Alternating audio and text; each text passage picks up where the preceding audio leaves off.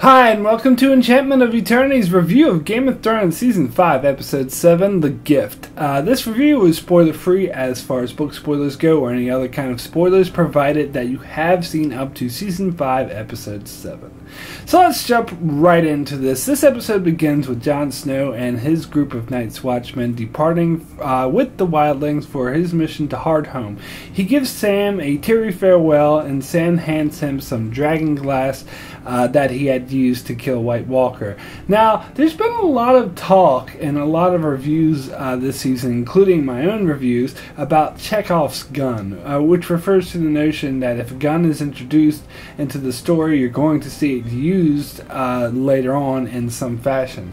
I think this applies to the dragon glass Sam gave Jon, so it's Chekhov's dragon glass. I have no doubt we're going to see it used this season. Otherwise, why have that scene?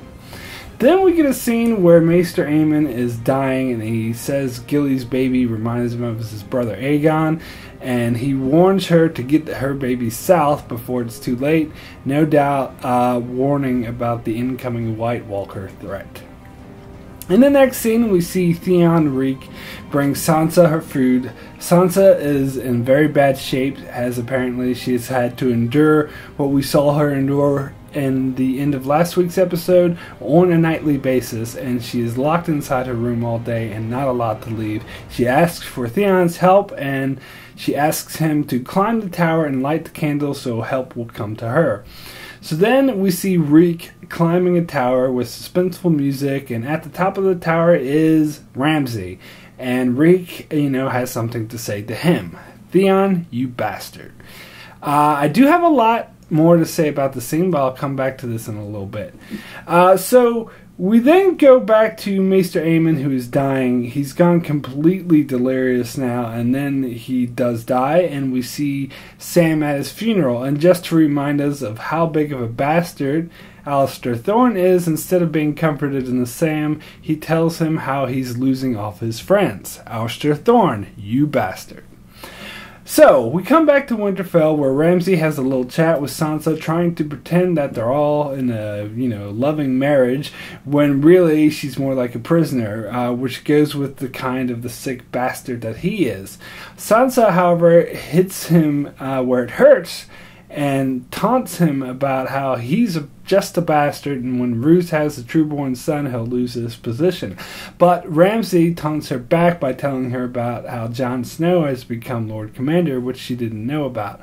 And then Ramsay leads her to the dead body of the old woman who had said the North remembers, and apparently he flayed her living. He lets her know Reek told him about her plan and how her place is here now. So first off, how did he know about the old lady? Sansa didn't tell Theon about her. She just said, she has friends in the North. I don't know, maybe he did some investigating, I guess. And now, let me get this out of the way and talk about Sansa, as there was a lot of controversy regarding the last scene in the previous episode, and I have no doubt that the controversy is going to flare up again after this episode, where it's revealed she has to go through that on a nightly basis and is locked inside her room the rest of the time. Now, I defended to the teeth the final scene in last week's episode, because although it was really unpleasant to watch, it was totally necessary for the story and completely in keeping with the established characters, and not to do that scene would be out of character and thus bad writing. However, I will not so strongly defend the information revealed in this week's episode. Is it in keeping with Ramsay's character? Sure. Is it completely necessary? I'm not so sure.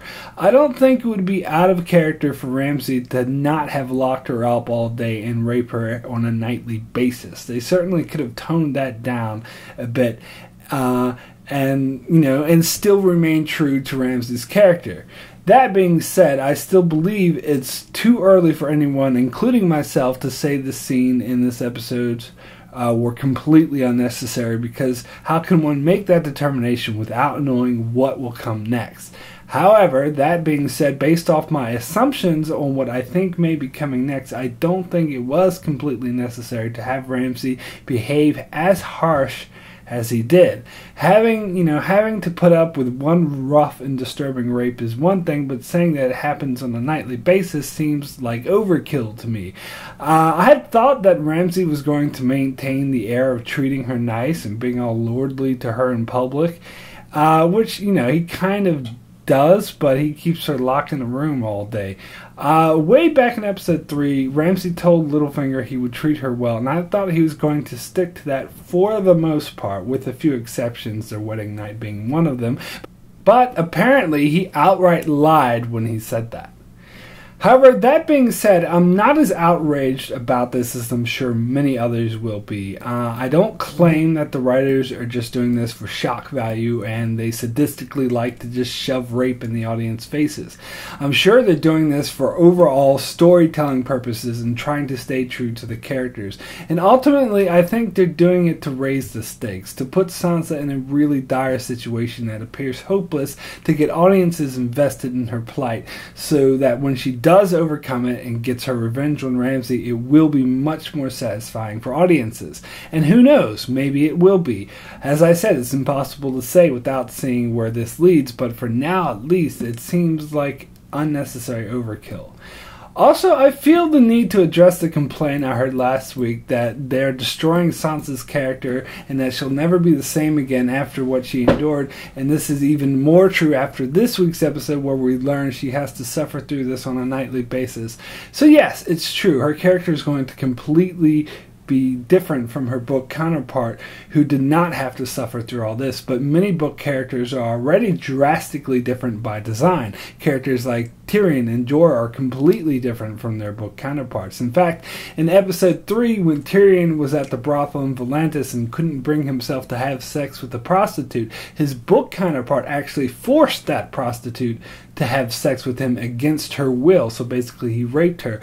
So for one thing, this counters what some people say about the showrunners showing rape more than the novels, because in that case it's the exact opposite. And for another, it shows many characters are already completely different from their book counterparts, because to do such a thing in the show would be completely out of character for show Tyrion. So that part of it isn't that bad, that it's different from the books. And some may say that this is a major setback in Sansa's character because she was becoming a player and learning how to play the Game of Thrones, and having to endure this abuse will destroy that, and I completely disagree. Will it affect her and change her character? Yes, of course, as it should. Will it mean she's a perpetual victim and will lose all of her power? No. And frankly, I find this notion somewhat offensive, as it implies rape survivors will always be victims for the rest of their lives and will never have any power, which most certainly is not the case. And from what the writers have said about Sansa's journey in Season 5, it seems to me they are planning for her to come out even more on top and be even better player of the Game of Thrones in the end. You could see it in last week's episode where she totally played that crazy girl Miranda, and this week, even after she'd suffered through all that abuse, she was clearly playing Ramsay and messing around with his head, and doing quite a good job at it. Although he did end up getting the upper hand in the end, I have no doubt that at the end of the season, when all is said and done, she will be the one who triumphs over him. But we'll just have to wait and see. I'm still holding firm to my belief that once everything's said and done, at the very end of the series of the entire show, Sansa will be the one who sits on the Iron Throne. Okay, so now let's move on to Stannis, who is not having a good time, as his troops and everything are getting stuck in the snow. And a group of sellswords, the Stormcrows, abandon him, and Davos is urging that they go back to Castle Black. Stannis remains stubborn that they're moving forward to Winterfell no matter what. Now, what's interesting here is that they mentioned the sellsword group, the Stormcrows, which in the books was the sellsword group that Daario commanded. The Stormcrows and the Second Sons were both sellsword groups working for Daenerys, but the Second Sons was commanded by a man named Ben Plum, who wasn't very trustworthy. But in the show, the Second Sons is the group that Daario is in charge of, and the only sellsword group working for Daenerys. And we see in the show the Stormcrows apparently were working for Stannis, but not anymore, as they took off.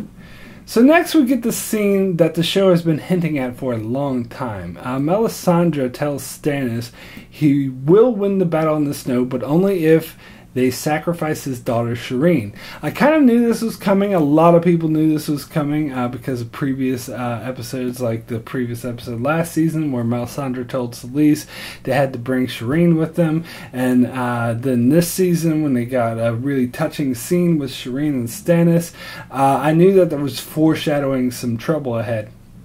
So Stannis is pissed off at the mention of this and tells Melisandre to get out. But I think that as things get worse for him, this is going to grate on him and eventually he will change his mind. Whether or not he's actually going to go through with killing his daughter, I'm not sure, but we'll just have to see.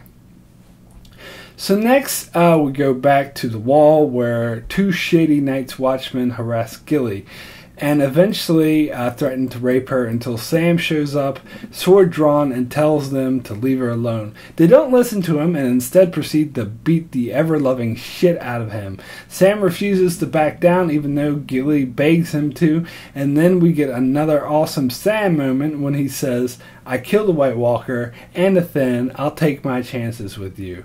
That was awesome, even though Sam most likely would have lost if it wasn't for Ghost showing up and scaring the shit out of those men. I was kind of expecting Dolorous Edd to show up and save Sam because they're good friends as well, but when I rewatched the episode I realized Dolorous Edd went with Jon Snow to Hardhome, so Sam really is alone. At any rate, I kind of feel now that I was a bit too hard on Sam the previous season when he sent Gilly to Molestown. I and a lot of other people criticized him for this. This was a really, really stupid move considering how dingy and dangerous that place looked. Not to mention the fact that everyone there was eventually killed by a wildling attack. But now we see why he didn't want her at Castle Black either, because he knew something like this could happen. I wonder if he'll be motivated now to send her away again. After all, we also got Maester Aemon telling her that she should go south. But he did say he'd never leave her alone again, so maybe he'll try to go with her. I'm not sure how he'd swing that because I don't really see him as breaking his vows, but we'll just have to see. So next, Gilly looks after him as he's healing and tells him if it happens again to just leave it alone. Sam says he'll do no such thing, and then Gilly makes love to him, which was kind of a funny scene, especially when Sam was like, "Oh my." But I also like the Sam and Gilly stuff. I know a lot of people are constantly putting this down, but I quite like their relationship, and this scene is a scene we've been waiting for a while, so I really enjoyed it. So next, we get a scene with Tyrion and Jorah where the slavers auction off Jorah as a fighter. After he's bought, Tyrion convinces the same seller to buy him as well by beating the crap out of the person holding his chain. It's funny that the buying and selling of slaves is happening right outside Meereen, where supposedly slavery is banned. But I suppose, the guy who bought Jorah and Tyrion kind of got around this by giving them each a coin, saying, "Oh, you're working." Maybe that's like a loophole. After that, we see Daario lying in bed with Daenerys, who is jealous of Daenerys' marriage to his daughter. He suggests she marry him instead, but she thinks that's ridiculous. Daario also suggests that she kills all the noble masters and wise masters, but she also doesn't like that idea either. Next, we get this really awesome scene, another one of my favorite scenes of the whole season, where Lady Olenna confronts the High Sparrow. At first she tries to bribe him, then threaten him, but overall he remains indigent. Lady Olenna calls him out for not really being a man of the people, and the High Sparrow makes it clear he's not afraid of her. When she threatened him, his response basically was, "Bring it." So I think she's realized she's not going to gain anything by confronting him, and she needs to try a different tactic. Then we get another great scene with Cersei and Tommen, where Tommen is extremely upset about Margaery's incarceration. He threatens to go to war with the Faith Militant, but Cersei warns that if he did that, Margaery would be the first casualty. So I've said this before, I think a lot of people have been too harsh on Tommen. Many call him weak and cowardly, but really, what can he do? As I said before, he's inexperienced. His only advisor, his mother, is directly working against him. I'm sure if Tywin was still around, he wouldn't look as weak. And, here we see he's willing to go to war in order to get Margaery back. So I don't think he's as weak or cowardly as many people accuse him of being. I love the part of the scene where Tommen tells Cersei that he loves Margaery, because you can tell, he really means it, and the look on Cersei's face is priceless. This is more outstanding acting by Lena Headey. You can tell how hurt she is by hearing him say that, but she's trying to hide it, but she can't. So next, Cersei gives a heartfelt speech to Tommen about how his happiness is all she cares about. I know many will accuse her of lying, but I think she's being absolutely 100% sincere when she says that she'd do anything for him. She'd burn cities to the ground, and that he's all that matters. I think part of the reason she's so upset is because she doesn't like seeing her son so hurt. However, she of course is not sincere when she tells him she'll do anything she can to help Margaery. Of course, she has no intention of doing that, but she isn't happy about the fact that it's hurting him. Next, we get another great scene where Jaime gets a visit from Myrcella, where he tries to explain that it's not safe for her in Dorne, and she needs to go home. But of course, she doesn't want to go home because she's in love with Trystane and wants to stay and marry him. And this is exactly what I predicted would happen even before the season started. Even though this is drastically different from the books, as they were much younger. And when I heard they were aging them up and casting Trystane, I knew they would have the emphasis on this teen romance. And I love how when Myrcella tells Jaime he doesn't know her and then storms out, Jaime's got this look on his face and he just looks like he's dying to tell her, that he's her father. But he just can't bring himself to do it. So after that, we get a scene with Bronn in the cells across the way from the Sand Snakes. Tyene sparks up a conversation with Bronn and eventually reveals there was a deadly poison on the dagger she cut him with, and then Bronn starts to feel sick. She makes him tell her she's the most beautiful woman in the world before giving him the antidote. So there's a couple things about this scene. First of all, I'm glad Bronn didn't die. I was worried about him when I saw him cut last week because I had a feeling, her dagger would be coated with poison. And secondly, I love this scene. I noticed that people love to complain about the Sand Snakes this year. And granted, I didn't think their last couple of scenes were all that great. But I absolutely love this scene, particularly their acting, which I thought was spectacular. I know a lot of people complained about their acting of the Sand Snakes, but I thought they were absolutely great in this scene. So if people also complain about this scene, I'm going to have to wholeheartedly disagree. I thought it was great. And thirdly, why does Jaime get a nice comfy room to stay in, but Bronn and the Sand Snakes are locked in some dingy cell? I guess because he's the king's uncle, maybe. Anyway, I thought both these scenes were great, and we got to know the characters in Dorne more. As my biggest complaint about the storyline so far this season is we haven't seen enough of it. So this was a good start, but we need more. Next, we get another scene where Littlefinger and Lady Olenna meet. Last week, I talked about how Cersei was an idiot because she underestimated Littlefinger. She just thought of him as a creepy brothel keeper and doesn't realize what a devious mastermind he is. Lady Olenna makes no such mistake. She knows exactly what kind of man Littlefinger is, and so when Littlefinger makes claims about how bad he feels about what happened to her grandchildren, she sees right through him and in fact suspects that he played a part in what happened to them. She then threatens him and talks about how, they plotted to kill Joffrey together, and if House Tyrell went down, she'd have no reason to not share that information. And we also get this line that we saw in the trailers way back when, where Lady Olenna says, "They'll never find what's left of you." There was a lot of speculation when this trailer came out as to who she was talking to. A lot of people assumed it was Cersei, if she suggested it was a friendly advice to Marjorie or Loras. And I don't remember anyone saying it was Littlefinger, but it turns out that's who it was.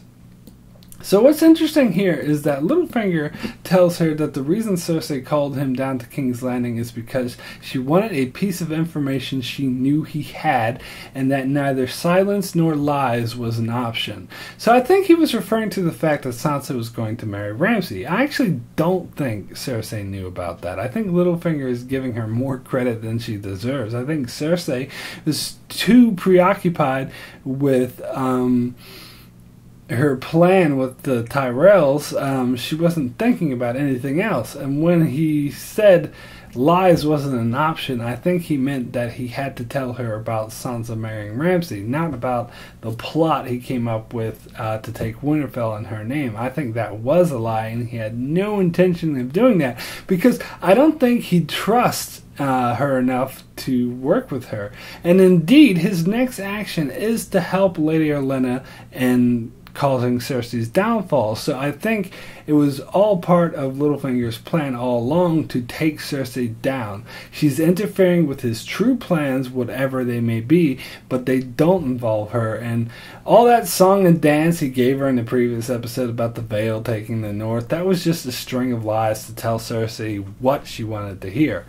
There may be hints of the truth of his real master plan in that, but I still feel that has yet to be revealed. Anyway, Littlefinger then tells Lady Olenna he has a gift for her, and that's obviously referring to Lancel. So next we go to Meereen, where Jorah and Tyrion are standing by for a practice fight, but they aren't selected to fight. But when Jorah hears that Daenerys is watching the fight, he goes out of his way and kicks some serious ass, making a point not to kill anyone, though. He knocks them all out, and Daenerys seems really impressed with this until he removes his helmet and reveals who he is. Daenerys isn't happy to see him and asks that he be removed from her sight. When Jorah exclaims he has a gift for her, just then Tyrion comes out and introduces himself as the gift. So finally we get to see Tyrion and Daenerys meet. I absolutely cannot wait to see the next episode, to when they finally speak to each other.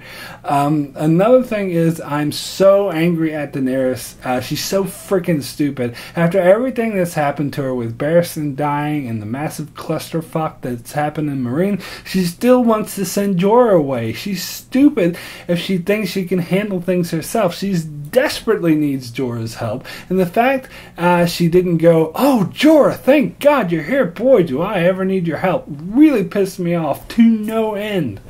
So next scene, we see Cersei visiting Marjorie in her cell. She pretends to be all concerned about her safety, but Marjorie isn't buying it at all, and she wasn't in the mood to play the same game she always plays. Cersei herself is acting all smug and all proud of herself. She then goes to visit the High Sparrow to talk about what's to be done with the Tyrells. They talk in vague terms about the trial until the High Sparrow finally reveals that Lancel has accused Cersei of unholy acts, and they then arrest Cersei. Cersei, of course, spits out venom and threatens to kill all the people holding her, but it does her no good. It looks like Cersei was just served a big heaping serving of karma. I noticed some people last week thinking Cersei was pretty clever as her master plan came to fruition with Marjorie's arrest, but even without having read the books, I knew that she was not as clever as she thought she was. She's made several mistakes, including underestimating Littlefinger, and she was basically playing with fire by giving the High Sparrow so much power. He's another man she underestimates, and giving him so much power is coming right back to bite her in the ass. These scenes were awesome and played out pretty much exactly the same as they did in the books, minus a few slight changes like Lancel being involved. But overall, this was everything I hoped it would be, so I wonder who's going to run the small council and the kingdom now. Will Tommen take over himself, or will he send for his Uncle Kevin to come back, or possibly Lady Olenna as his grandmother by marriage? That's a lovely thought. Or maybe some combination. I'll just have to wait and see. So, when I first heard this episode was called The Gift, I thought it would be, would have to do with the area directly south of the wall because that's called The Gift. But apparently it had nothing to do with that and instead referred to Littlefinger's gift to Lady Olenna of Lancel and Jorah's gift to Daenerys of Tyrion, which I thought was pretty cool. So my rating out of 10 for The Gift is a 9, excellent. I nearly gave this episode a 10 as there were a lot of awesome moments, but there were a few scenes I didn't like all that much, like Daenerys and Daario in bed, which I found a bit boring. I didn't like what they did with Sansa this episode, and some of the wall stuff went on for a bit too long. But I absolutely, positively loved all the King's Landing scenes, which were absolutely amazing. It was so cool to see Littlefinger and Lady Olenna team up to give Cersei her just desserts. And despite what anyone else might say, I loved the Dorne scenes. And it was really cool to finally see Tyrion and Daenerys meet. And it was a great episode for Sam as well. He had a lot of big moments. So before I wrap up, I want to talk about the discussion videos I do later on in the week with Atkin Tomko. We added a Q&A section at the end of our videos where we answer questions from our viewers. So if there's any questions you want to ask, we'll address them on our discussion video, which will be on my channel this week. Please leave a comment below and clearly mark it as Q&A at the start so I know it's meant for a discussion video. All such comments will not appear in the comments section and instead will be withheld to be discussed in our video. So far, I don't have any questions pending, and I'd like to be able to ask Atkin Tomko some questions in our video. We'll be recording either tomorrow or the next day, so if you have any, please leave them in the comment section below. Also, I want to give a shout out because recently I just reached over 1,000 subscribers. Not that big of a deal, but this is still a relatively small channel, but I'm glad to see it's growing, so thanks a lot to all who subscribed, and if you're not subscribed, please do so I can try to reach 2,000 subscribers. And check out my channel for many other reviews I do, not just Game of Thrones. I have reviews on other shows like Star Trek, Lost, Breaking Bad, Better Call Saul, House MD, several others, as well as some movie reviews, so please check these out as well, as they don't get as many views as the Game of Thrones videos, and that'd be great if they could. So make sure you subscribe, and do like. If there's any videos that you watch that you do like, please make sure to hit that like button, and thanks a lot for watching.